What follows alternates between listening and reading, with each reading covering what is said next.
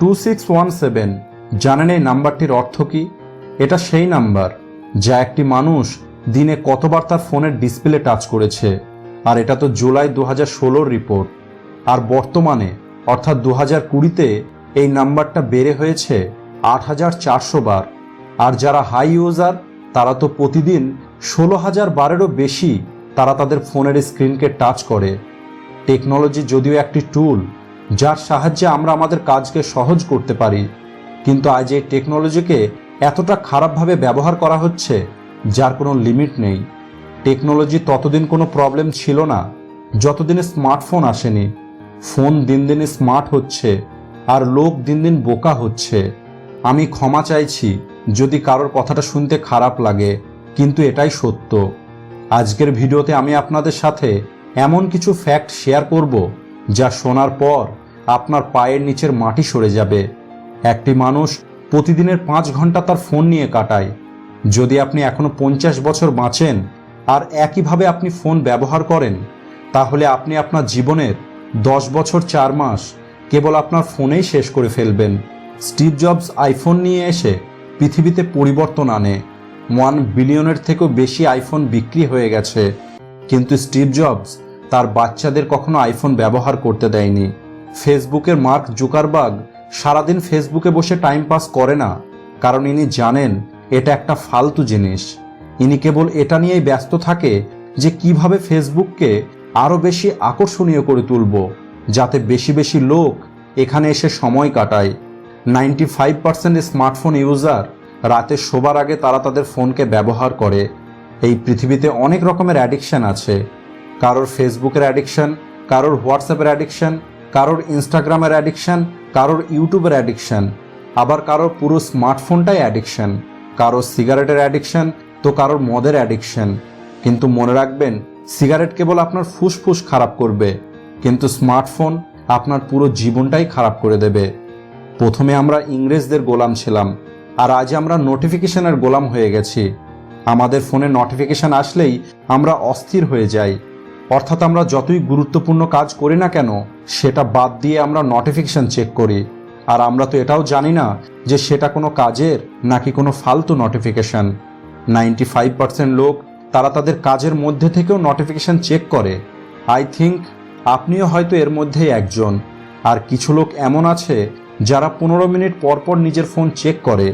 আর অনেক সময় এরা তো বিনা কারণেই নিজের ফোন চেক করে, কেবল এটা দেখার জন্য যে ফেসবুকে বা ইনস্টাগ্রামে কোনো ফটো পোস্ট করেছিল, তাতে কতগুলো লাইক এসেছে ও কতগুলো কমেন্ট এসেছে। আর এরা চেক করতে গিয়ে কয়েক ঘন্টা সেখানে কাটিয়ে দেয়। লোক আজ ফটোকে এডিট করে এত সুন্দর তৈরি করে যা বাস্তবের সঙ্গে সম্পূর্ণ আলাদা, আর ওই ফটোকে ফেসবুক ইনস্টাগ্রামে আপলোড করে। আর এটা দেখানোর চেষ্টা করে যে আমি কতটা ভালো আর আপনি কতটা খারাপ। সোশ্যাল মিডিয়াতে যাই কিছু দেখেন তা 99% ফেক। এখানে সব কিছু এডিট করে বেস্ট তৈরি করা হয়, তারপরেই লোককে দেখানো হয়। কেউ তার রিয়েল লাইফ এখানে দেখায় না। আপনি যদি কারো রিয়েল লাইফ দেখেন, তাহলে দেখবেন সবার জীবনেই দুঃখ আছে, সবাই সমস্যার মধ্যে আছে। আর আমরা কান্না করছি ওই ফটোর সঙ্গে নিজেকে তুলনা করে। যত বেশি আপনি এই ফেক দুনিয়াতে ঢুকবেন, তত বেশি আপনি নিজেকে কষ্ট দেবেন। আর এই নিজের ফোনে এডিট করা, সেটাকে আপলোড করা আমরা কাদের জন্য করি? তাদের জন্য যাদের আমরা ঠিক করে চিনি না। সোশ্যাল মিডিয়া ব্যবহার করার সময় যদি কাউকে আমাদের থেকে খারাপ দেখি, তাহলে তার সাথে নিজেকে কম্পেয়ার করে নিজেকে ভালো মনে করি। আর যদি কাউকে আমাদের থেকে ভালো দেখি, তখন তার সঙ্গে কম্পেয়ার করে নিজেকে খারাপ মনে করি। দেখুন, না আপনি কারোর থেকে ভালো, না আপনি কারোর থেকে খারাপ। আপনি যেমন তেমনই বেস্ট। আর যে মানুষ এই সত্যটা জেনে যাবে, সে এই সব চিন্তা করবে না। আজ লোক সেই সমস্যাকে সমস্যা মনে করছে যা কোনো সমস্যাই নয়। আর যেটা সত্যিই সমস্যা, তার দিকে কোনো মনোযোগই নেই। কেন? কারণ মানুষ ওই ফালতু সমস্যা থেকে বেরিয়েই আসতে পারছে না। আজ সোশ্যাল মিডিয়া মানুষের মধ্যে তুলনা করার ভাবনাকে বাড়িয়ে দিচ্ছে। আর এই তুলনা করা আমাদের সেলফ কনফিডেন্সকে কমিয়ে দিচ্ছে। দেখুন, এই পৃথিবীতে সব ধরনের লোক আছে। আমরা সূঁচকে তলোয়ারের সঙ্গে তুলনা করতে পারি না, কারণ সূঁচের কাজ আলাদা। সূঁচের কাজ কখনো তলোয়ার করতে পারবে না, আর তলোয়ারের কাজ আলাদা। তলোয়ারের কাজ কখনো সূঁচ করতে পারবে না। তাই সূঁচকে তলোয়ারের সঙ্গে তুলনা করে সূঁচকে খারাপ বা ভালো বলতে পারি না। তাই এই সব ফেক জিনিসকে বাস্তবের সঙ্গে তুলনা করা বন্ধ করুন।